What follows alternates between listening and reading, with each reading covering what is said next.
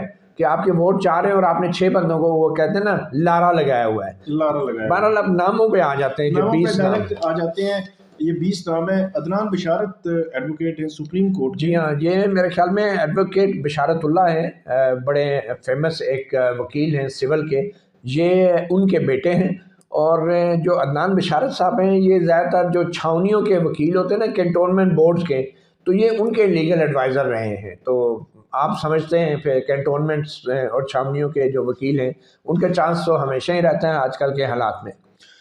سید Qamar Hussain Shah Sabzwari advocate ہیں supreme court کے، اور یہ جو اسلام آباد کی بار کونسل ہے اس کے جو وائس چیئرمین بھی رہے ہیں، اور اس وقت بھی اسلام آباد کی بار کونسل کے ممبر بھی ہیں یہ قمر سبزواری صاحب۔ اور لیکن یہ بڑے اچھے لائر ہیں، بیرسٹر ہیں، باہر سے انہوں نے تعلیم حاصل کیا ہے۔ ان کے ساتھ چھوٹا سا صرف ایک پرابلم ہے، اگر وہ ہوا کہ ان کی عمر جو ہے وہ 44 سال ہے، گو کہ آئین میں 26ویں آئینی ترمیم کے بعد جو 45 سال کی آئین میں حد تھی کہ کم سے کم عمر ہونی چاہیے، وہ ختم کر دی گئی ہے۔ مگر اس کے باوجود بھی جو ایک جس کو کہتے ہیں نا اندرون خانہ جو ایک اصول سننے میں آیا، طے ہوا ہے کہ 45 سال سے کم عمر کو ہم نہیں لگائیں گے، کیونکہ اگر بعد میں 26ویں آئینی ترمیم غیر آئینی قرار دے دی جاتی ہے تو پھر تو یہ سیدھے سیدھے ان کی تعیناتی غیر آئینی ہو جائے گی، ادروائز تو وہ ڈی فیکٹو ڈاکٹرن رہے گی یا پھر کچھ اور چیزوں سے۔ لیکن یہ ایک مسئلہ ہے کہ ان کی عمر 44 سال ہے، 45 سال نہیں ہے،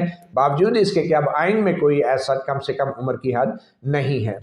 عمر اسلم خان ہے ایڈوکیٹ سپریم کورٹ ہیں، یہ جو اسلام آباد ہائی کورٹ کے پہلے چیف جسٹس تھے مرحوم سردار اسلم، یہ ان کے بیٹے ہیں، اور ان کے بھائی بھی ہیں سردار تیمور اسلم، جو مختلف کیسز میں ہمیں جو نظر بھی آتے ہیں، تو ان کا نام بھی ویسے یہ بڑے بریلینٹ لائر ہیں، یہ وہی وکیل ہیں، بڑے نوجوان سمارٹ وکیل ہیں کہ جو منال کا بڑا مشہور جو کیس ہوا تھا مارگلا ہلز کا، جس میں سپریم کورٹ نے بھی پھر آخر میں منال ریسٹورنٹ گرانے کا حکم دیا تھا، تو عمر اسلم جو ہیں وہ منال ریسٹورنٹ عمر اسلم خان، اچھا نہیں یہ تیمور اسلم تھے، سوری وہ تیمور تھے، وہ تیمور اسلم تھے جو ان کے بھائی تھے، تو وہ انہوں نے منال کا کیا تھا۔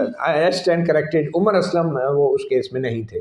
تو یہ جو نامنی ہیں پہلے نامنی تھے، اب تو پتہ نہیں، یہ فاروق ایچ نائک صاحب کے نامنی تھے، اور اوپر جو اسلام آباد بار کونسل کے ممبر ہیں ان کے بھی نامنی تھے، ان کے بھی یہ نامنی تھے، انہوں نے بھی یہ نامنیٹ کیا۔ اب بھی یقینی طور پر اسی طرح ہی ہوگا، پہلے جو لسٹ آئی تھی اس میں تو ان کے یہ قمر حسین سبزواری صاحب جو ان کی بات کر رہے ہیں نا آپ، جی یہ ان کے نامنی تھے پہلے بھی، یہ قمر سبزواری نامنی تھے، تو عمر اسلم جو تھے یہ فاروق ایچ نائک صاحب کی ہیں۔ قمر حسین سبزواری ہیں، یہ فاروق ایچ نائک اور اسلام آباد بار کونسل دونوں کے نامنی تھے۔ اب یہ نہیں پتا کہ کون کتنے لوگوں کا، کتنے اراکین کمیشن کے نامنی ہیں۔ نیکسٹ ہے انعام امین منہاس۔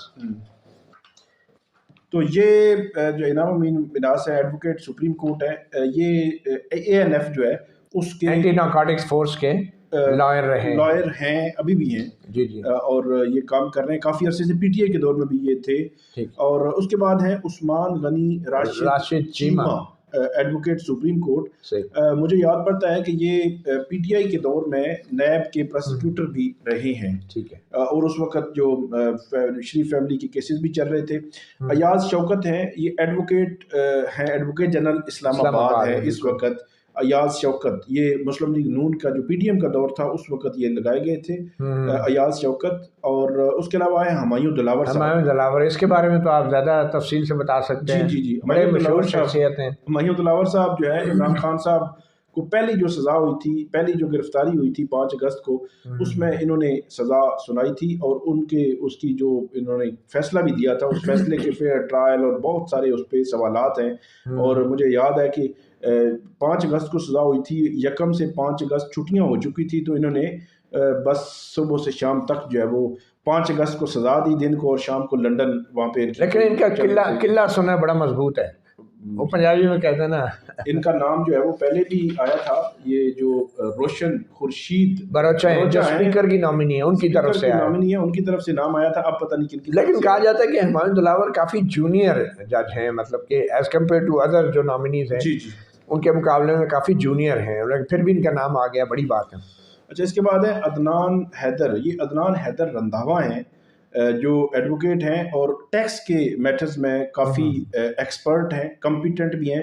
عدنان حیدر رندھاوا اس ساری لسٹ میں مجھے جو میری انفارمیشن کے مطابق یہ وہ ہیں جو فارن آفس سول سروس میں آئے 2005 میں، اور اس کے بعد 2011 میں 10 میں انہوں نے سول سروس جو فارن آفس میں تھے. اچھا، یہ اپنے بیج میں 12ویں نمبر پہ تھے. اچھا، اور تقریباً 2011 میں انہوں نے وکالت شروع کی، اور اب تقریباً 15 سال ہو گئے ان کو وکالت کرتے ہوئے، اور کافی کمپیٹنٹ ہیں، خاص طور پر ٹیکس میٹرز میں بہت زیادہ ان کی گرپ ہے.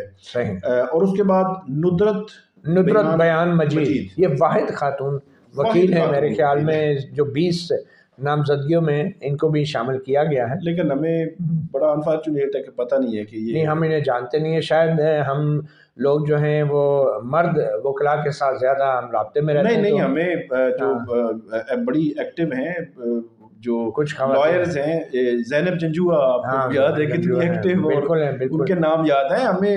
ایڈوکیٹ ایمان مزاری کا نام یاد ہے، جو پیش ہوتی ہیں ہمیں پتہ ہے. میں بھی آپ انہیں بائی فیس جان سکتے ہوں، لیکن بہرحال اینی آگے ہیں سلطان مظہر شیر خان. یہ نامنی ہیں جسٹس منصور علی شاہ کے پہلے تھے، اب بھی ان کے ہی ہوں گے. ان کے بارے میں کہا جاتا ہے کہ یہ اچھے وکیل ہیں جی، اور یہی سننے میں آیا. ابھی تک خود ہم ان کو فالو نہیں کر پائے اتنا.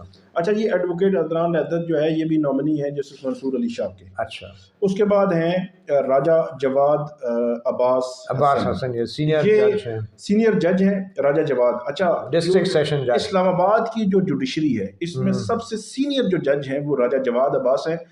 بہت ہی کمپیٹنٹ ہیں، اور میں سمجھتا ہوں کہ جو فوجداری کے ماہر ہیں. مطلب اگر کوئی ایلیجیبلٹی کا کرائٹیریا اس پہ اگر میرٹ پہ اگر ہونا ہوا تو جو ڈسٹرکٹ جوڈیشری میں سے ان کو میرا خیال ہے ضرور ہونا چاہیے.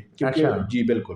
اس کے بعد اور پورے ملک میں راجہ جواد عباس کا ماضی میں کہیں جو ہے سپریم کورٹ کے کسی بڑے کیس کے اندر بھی کہیں ان کا کوئی نام تو نہیں آیا. یہ رجسٹرار رہے ہیں اسلام آباد ہائی کورٹ کے، اسلام آباد ہائی کورٹ کے رجسٹرار رہے ہیں. ٹھیک راجہ جواد عباس. ٹھیک ہے. کاشف علی ملک. اچھا، کاشف علی ملک بھی ایڈوکیٹ ہیں اور بڑا اچھا نام ہے، کمپیٹنٹ بھی ہیں اور بڑے ہارڈ ورکر بھی ہیں. چودھری نثار صاحب کے بھانجے بھی ہیں. ان کے والد صاحب بھی بہت سینئر وکیل رہے ہیں اور اچھے، مطلب ان کی اچھی ریپوٹیشن ہے. اچھا، کاشف علی ملک جو ہے ان کے والے سے ایک جو چیز میں نے فیل کی ہے پچھلے 7-8 سال سے ہم دیکھ رہے ہیں، انہوں نے اپنی پہچان خود بنائی ہے. مطلب چودھری نثار علی خان ان کی فیملی کے ہیں، لیکن انہوں نے اپنی پہچان خود بنائی ہے اپنی قابلیت کی بنیاد پر. بالکل صحیح. دانیال اجاز ہے ایڈوکیٹ سپریم کورٹ، اب مجھے نہیں آئیڈیا ان کا.